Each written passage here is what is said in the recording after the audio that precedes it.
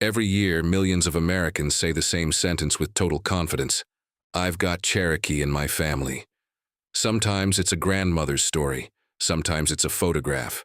Sometimes it's a surname. Sometimes it's a rumor that survived long enough to become fact. And then people take a DNA test, open the results, and feel the floor drop out from under them. No Native American percentage, no tribal indicator, nothing that matches the family legend. That's when the internet does what it always does. It fills the gap. Suddenly, you see videos claiming Cherokee DNA contains Mediterranean lineages that shouldn't exist, Middle Eastern haplogroups, pre-Columbian signatures, a secret buried by mainstream science. It's intoxicating. It's cinematic. It's also usually wrong. And the real story, what's actually happening, might be even more unsettling because it has nothing to do with ancient Phoenicians or lost tribes crossing the Atlantic.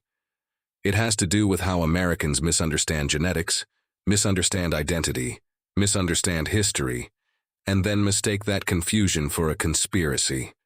And if you stay to the end, you'll know why Cherokee DNA is one of the most misused phrases in America, and how thousands of people get tricked by the same genetic illusion. Before we get into it, subscribe.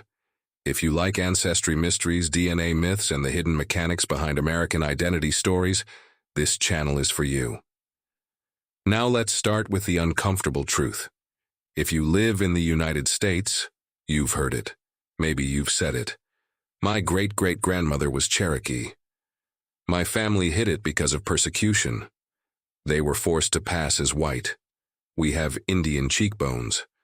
We have the hair. We have the story. Here's the reason this legend is everywhere. In American history, claiming native ancestry has carried different meanings in different eras. In some periods and places, being labeled non-white could ruin your life. In other periods and places, native ancestry became a symbol of being truly American.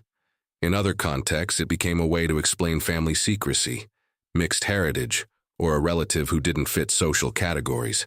Sometimes the legend is true. Sometimes it's half true. Sometimes it's a story built from a misunderstanding. And this is where DNA enters like a wrecking ball. Because DNA doesn't care about the stories we love. But DNA also doesn't always tell people what they think it tells them. Here's the single biggest misunderstanding fueling forbidden Cherokee DNA claims. People treat haplogroups like ethnicity labels. They are not. A haplogroup is a deep ancestral lineage marker, usually tied to either mtDNA, maternal line, or Y-DNA, paternal line. That means it's one narrow thread through your family tree. Not your whole ancestry, not your identity, not your tribe. If you inherit mtDNA haplogroup H, for example, that doesn't mean you are European in any meaningful cultural sense. It means your mother's mother's mother's maternal line traces back through a lineage that is common in parts of Europe. That's it. And here's the kicker. After 1492, millions of people in the Americas mixed, voluntarily and forcibly, across European, African, and native lines. So if someone today with documented native ancestry has a European mtDNA haplogroup, it does not automatically mean ancient Mediterranean visitors before Columbus. It usually means something far more historically grounded: post-contact admixture, colonial-era mixing, mission settlements, forced relocations, enslavement, intermarriage, adoption, violence, assimilation policies. This is not a conspiracy. It is American history. But a viral video doesn't want that story. A viral video wants a forbidden secret. So it points to haplogroups like HJTU and says, this shouldn't exist. But it can exist. And it does exist. Because history happened. Now here's where the story gets controversial in a way that's real. Because this isn't just about genetics. This is about identity. And identity is the most explosive subject on Earth. If you're still with me, hit like and subscribe to the channel. Because I'm about to explain the part nobody wants to admit out loud. People treat consumer DNA tests like a tribal certification machine. They are not that. Consumer tests estimate ethnicity by comparing your DNA to reference panels. That's a statistical model, and those models have limitations, especially when it comes to indigenous ancestry in North America. Here's why. Many tribes do not contribute DNA samples to consumer databases for ethical and sovereignty reasons. And even when reference panels exist, indigenous ancestry can be difficult to distinguish from certain East Asian or Siberian genetic signatures, and small percentages can be missed or smoothed out depending on the algorithm. Also, native ancestry can be present in your tree, but not show clearly in your results because of how inheritance works. You do not inherit equal DNA from every ancestor. Go back enough generations and you can have a real ancestor whose DNA you inherited very little of. Your paper trail can be real, and your DNA estimate can still show 0% native. That doesn't prove a cover-up. It proves you misunderstand inheritance and testing limits. And yet online, that gap gets filled with dangerous stories. People say, they're hiding Cherokee DNA. Or, Cherokee DNA is Middle Eastern, so the tests mislabel it. That's not how this works. Ethnicity estimates aren't looking for a list of Cherokee markers. They're looking for population-level signals. They can struggle at the margins. They can miss small fractions. But they are not systematically erasing Cherokee identity. And here's the most important part. Tribal citizenship is not based on DNA tests. It's based on documented lineage and community. A DNA test can't enroll you. It can't prove your tribe, and it was never designed to. If someone tells you otherwise, they're selling you something. Now let's make this story even more intense, without making things up, because the true story is darker than the fantasy. The Cherokee, like many indigenous nations, experienced displacement, war, forced removal, enslavement, missionization, intermarriage, adoption of outsiders, and the collapse and rebuilding of communities under extreme pressure. There were Europeans living among native communities. There were Africans forced into native territories. There were native people enslaved, and Africans enslaved by native citizens in some contexts. There were mixed families formed through love and through coercion. There were children adopted into clans. There were people who passed. There were people whose identities shifted because the law changed. This is what post-contact America did. It remixed bloodlines. So when someone today finds European haplogroups in a native-linked family line, the most historically consistent explanation is not a pre-Columbian Mediterranean invasion. It is colonial and early American entanglement. And that's not a comfortable story. But it's real. So why do people prefer the fantasy? Because the fantasy feels exciting and clean. Because the fantasy avoids the pain of the real explanation.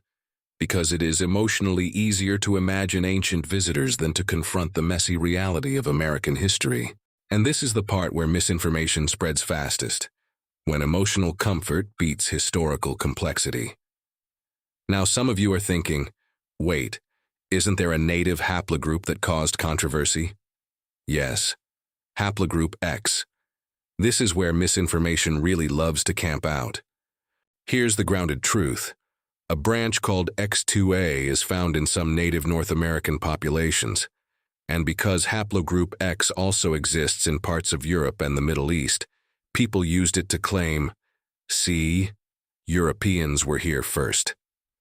But genetics doesn't support that conclusion.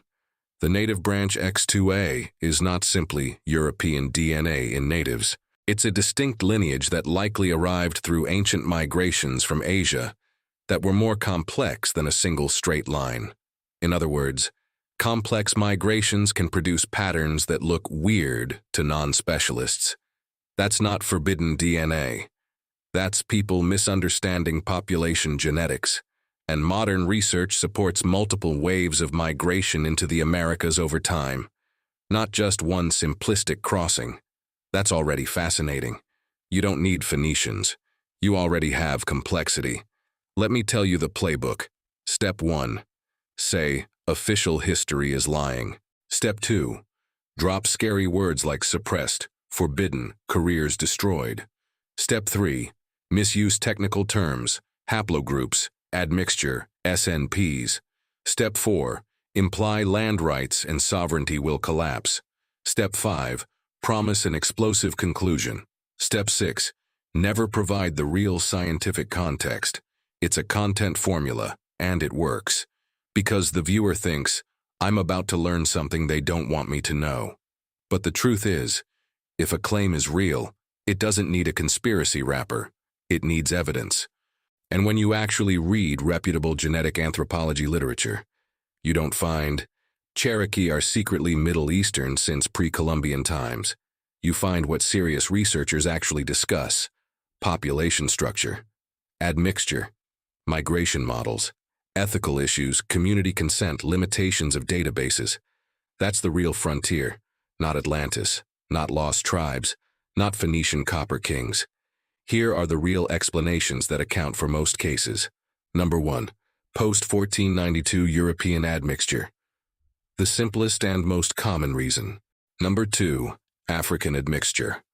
Also common due to the history of slavery and later mixing. Number 3. Algorithmic smoothing. Small signals get blended into broader categories. Number 4. Inheritance randomness. You can have a native ancestor and not inherit a detectable chunk. Number 5. Mistaken family stories. Sometimes the Cherokee ancestor was actually something else. Mixed European, African ancestry, Melungeon-style communities, or other local groups misidentified through time. And now we're back to the most controversial point. Sometimes Cherokee was a socially acceptable label for a complicated truth. Not always, but often enough that it became a pattern across America.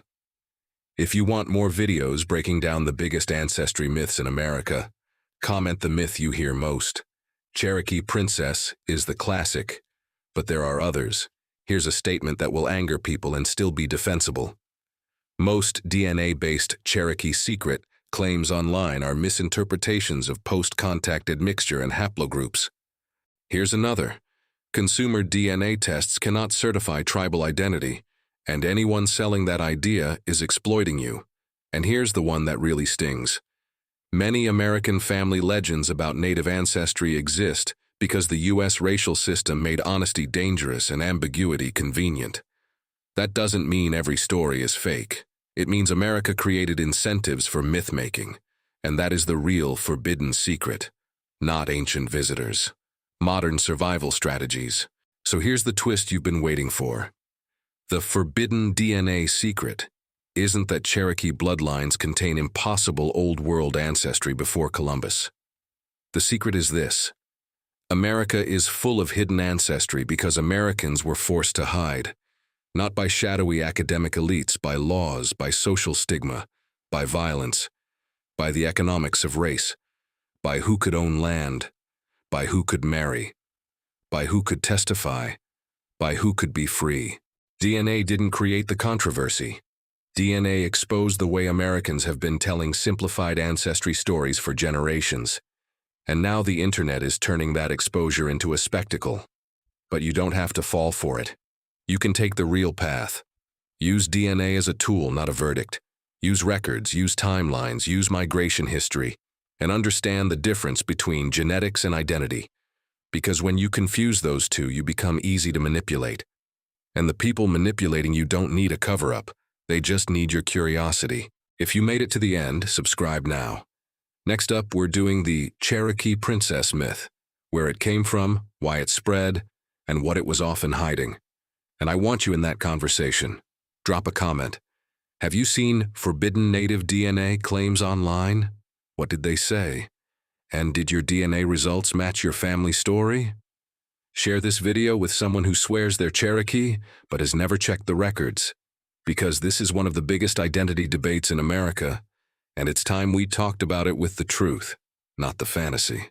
Your ancestry isn't a conspiracy, but it is complicated, and that's what makes it real.